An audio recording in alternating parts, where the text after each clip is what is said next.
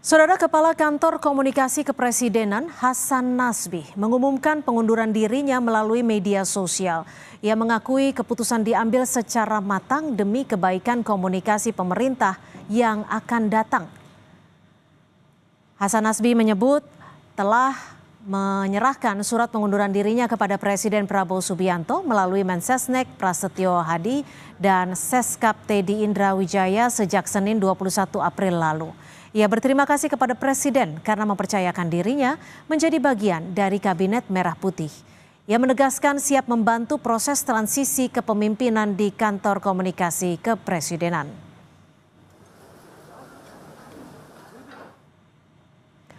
Melalui pesan singkat kepada Kompas TV, Hasan Nasbi menyampaikan bahwa ini jalan terbaik yang dipikirkan dalam suasana yang amat tenang dan demi kebaikan komunikasi pemerintah di masa yang akan datang.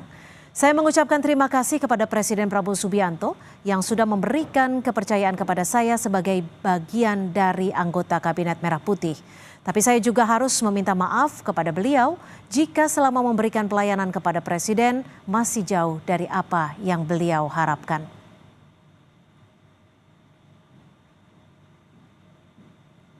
Kantor Komunikasi Kepresidenan atau PCO memastikan tetap bertugas seperti biasa usai mundurnya Hasan Nasbi sebagai Kepala Komunikasi Kepresidenan. PCO pun menghormati keputusan Hasan Nasbi untuk mundur serta mengapresiasi kontribusi Hasan Nasbi sebagai Kepala PCO sejak Agustus 2024.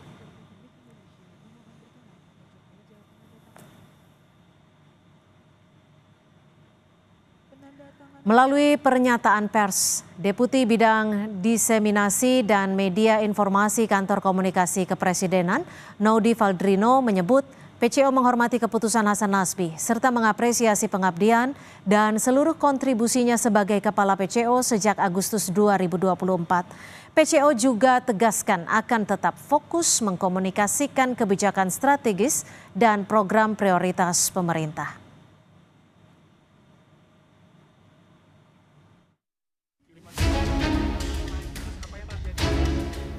Pertengahan Maret lalu menjadi kemunculan terakhir Kepala Kantor Komunikasi Kepresidenan Hasan Nasbi di hadapan wartawan. Kala itu, Hasan merespons teror kiriman kepala babi yang ditujukan ke jurnalis Tempo Francisca Christie. Ucapan Hasan langsung menuai kritik keras dari berbagai kalangan karena dinilai nirempati. Ini dinilai, terus apa yang terjadi pas dikirim itu, apa yang terjadi? Ini semacam ancaman kepada para pers. Bebasan pers, Pak. Udah dimasak aja. Kalau kepala babi mau dimasak aja. Sebelumnya pada 17 Maret, Hasan Nasbi sempat mengeluarkan pernyataan terkait polemik revisi RUU TNI melalui cuitannya di media sosial X. Hasan menyinggung soal adanya provokasi dan narasi bohong tentang RUU TNI dari segelintir orang. Ia mempertanyakan permohonan maaf. Ia kemudian menghapus unggahan tersebut, namun tidak sedikit pengguna X yang mengabadikan postingan Hasan melalui screenshot. Pola komunikasi Hasan Nasbi pun dipertanyakan pimpinan media saat berdiskusi dengan Presiden Prabowo. Presiden pun menilai pernyataan Hasan Nasbi merespons aksi teror kepala babi terhadap redaksi Tempo adalah hal yang teledor dan keliru. Benar, itu ucapan yang menurut saya teledor, itu ya keliru itu. Ya, saya kira beliau menyesal. Ya. Tapi ini alasan yang saya bisa kasih adalah mungkin ya karena baru dalam posisi pemerintahan yang selalu disorot. Hasan Nasbi yang dikenal sebagai konsultan politik sekaligus pendiri lembaga survei Cyrus Network resmi dilantik sebagai Kepala Kantor Komunikasi Kepresidenan oleh Presiden ke-7 Jokowi pada 19 Agustus 2024. Sebelum masuk di lingkungan istana, Hasan Nasbi pernah menjadi juru bicara TKN Prabowo Gibran di Pilpres 2024. Tim Liputan Kompas TV. Saudara, lebih lanjut soal mundurnya Hasan Nasbi sebagai Kepala Kantor Komunikasi Kepresidenan, kita bahas bersama analis komunikasi politik Unpad sudah ada Kunto Adi Wibowo serta Wakil Ketua Umum Partai Golkar Ahmad Doli Kurnia. Selamat petang Bang Doli, Pak Kunto, terima kasih sudah bergabung bersama kami di Kompas Petang. Terima kasih. Selamat sore, sama-sama Cynthia. Ya, saya ke Pak Kunto. Pak Kunto, sebagai analis komunikasi, analisa Anda, apa yang membuat Hasan Nasbi mundur saat ini dan hanya melalui media sosial? Iya, yang pertama adalah tentu saja blundernya yang diakui oleh Pak Prabowo juga soal kepala babi itu. Lalu yang kedua, yang saya juga mencatat beberapa hal ya, Pak Hasan Nasbi selama jadi kepala PCO itu paling tidak hanya 8 kali lah mengeluarkan statement yang terkait dengan kebijakan pemerintah gitu, dan salah satunya bahkan dibantah oleh Mensesnek, yaitu soal efisiensi, tentang nggak ada kok instansi yang salah ngerti soal efisiensi gitu, kata Mensesnek waktu itu. Lalu yang ketiga, kita bisa lihat bagaimana Hasan Nasbi ini udah mundur dari 21 April sebenarnya. Ketika 19 April Pak Prabowo menunjuk jubir internalnya, yaitu Mensesnek salah satunya. Dan 21 di video yang diunggah oleh Hasan Nasbi hari ini kan itu tertanggal tanggal 21 dan dia hari terakhir dia datang ke PCO kan, ke kantor komunikasi presidenan. Dan ada gap yang kemudian menurut saya ini menunjukkan bahwa memang ada masalah yang mendasar nih antara komunikasinya PCO dengan presiden sendiri. Bagaimana surat itu, bahkan surat pengunduran dirinya kan dia titipkan ke Teddy dan ke Pak Prasetyo Adi kan, bukan langsung ke Pak Prabowo. Harusnya sebagai PCO dan koordinator jubir, dia harusnya punya akses langsung kan ke Pak Prabowo. Dan itu yang menurut saya membuat Hasan Nasbi tidak bisa bekerja secara optimal selama ini, Mbak. Oke, kalau Bang Doli melihatnya seperti itu juga, pernyataan blundernya Hasan Nasbi, tidak ada kedekatan antara Hasan Nasbi dan juga presiden, dan juga tidak ada komunikasi yang cukup erat antara presiden dan juga Hasan Nasbi. Kalau Anda melihatnya seperti apa, Bang Doli? Ya, pertama fakta bahwa saudara Hasan Nasbi sudah mundur, ya. Saya kira itu sebuah fakta yang kemudian ya tinggal menunggu keputusan Pak Presiden kan, diterima atau tidak pengunduran dirinya itu. Dan ya mungkin ini juga keputusan yang diambil secara mandiri, ya, kesadaran pribadi saudara Hasan Nasbi. Yang kedua, ini perlu diapresiasi juga. Saya kira ini pembelajaran buat kita semua ya. Jarang loh ada pejabat di Republik ini yang merasa mungkin ada masalah gitu, kemudian mengundurkan diri. Ya, ini pembelajaran juga buat kita. Jadi saya satu sisi memberikan apresiasi saudara Hasan Nasbi yang berani mengundurkan diri gitu. Terlepas misalnya kita memperdebatkan dia salahnya di mana gitu, atau dia merasa salah sendiri, atau kemudian pernah kena tegur dengan presiden dan seterusnya. Tapi tadi apa yang disampaikan oleh Pak Kunto ya, saya kira memang saya memang mengetahui saudara Hasan Nasbi sebagai kepala kantor komunikasi presiden itu ya sangat jarang ketemu Pak Presiden gitu. Padahal sebenarnya harusnya yang namanya juru bicara itu harus melekat day to day, hour to hour, minute to minute, second to second harus dengan Pak Presiden gitu loh. Karena dia adalah speaker ya, corong apa yang ada dalam pikiran, apa yang ada dalam hati, apa yang diucapkan oleh seorang presiden. Jadi tidak mungkin dia bisa menyampaikan sesuatu dengan tepat mewakili presiden kalau dia tidak bisa tahu persis apa yang ada dalam pikiran, feel-nya itu bagaimana gitu. Karena yang namanya juru presiden itu kerjanya cuma menyampaikan, tidak boleh menganalisis. Ya, tidak boleh menganalisis apa yang diucapkan, apalagi yang dipikirkan, apalagi buat asumsi. Nah, itu hanya bisa dilakukan kalau seorang juru bicara itu memang melekat dengan presiden. Makanya waktu kemarin Pak Presiden mengatakan bahwa Pak Prasetyo Adi sebagai Mensesnek juga boleh dipersilakan sebagai juru bicara. Ya mungkin memang setiap hari yang dekat yang ketemu dengan Pak Prabowo itu Pak Prasetyo lebih dengan Adi. Mensesnek ya. Nah, saya waktu itu membayangkan Pak Prasetyo Adi itu bisa menjadi jembatan ya, komunikasi dengan teman-teman PCO, dengan Pak Hasan Nasbi dan kawan-kawan, supaya memang apa yang disampaikan oleh Pak Hasan Nasbi dan kawan-kawan itu memang betul-betul dari sumber pertama yang orang yang terdekat dengan Pak Prabowo. Kalau memang selama ini mungkin ada kendala teknis untuk ketemu langsung ya. Gitu. Oke. Pak Kunto, kalau memang disebut ini disaksikan sendiri oleh Bang Doli bahwa jarang ketemu dengan Presiden Pak Hasan Nasbi ini. Apakah ini ada pola komunikasi yang dari awal sudah tidak sesuai kehendak dari Pak Prabowo? Karena kita tahu Hasan Nasbi ini kan dilantik oleh Pak Jokowi sejak 2024 lalu.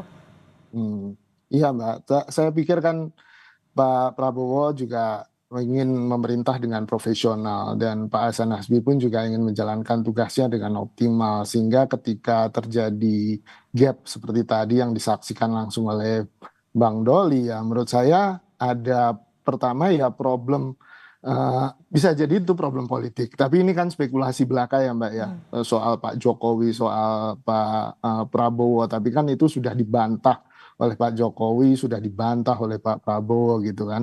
Dan kalau secara posisi kan ya posisinya Pak Hasan Nasbi kan kalau boleh dibilang ya memang benar ada itu, ini hanya sebagai korban dari percaturan atau persaingan elit gitu kan.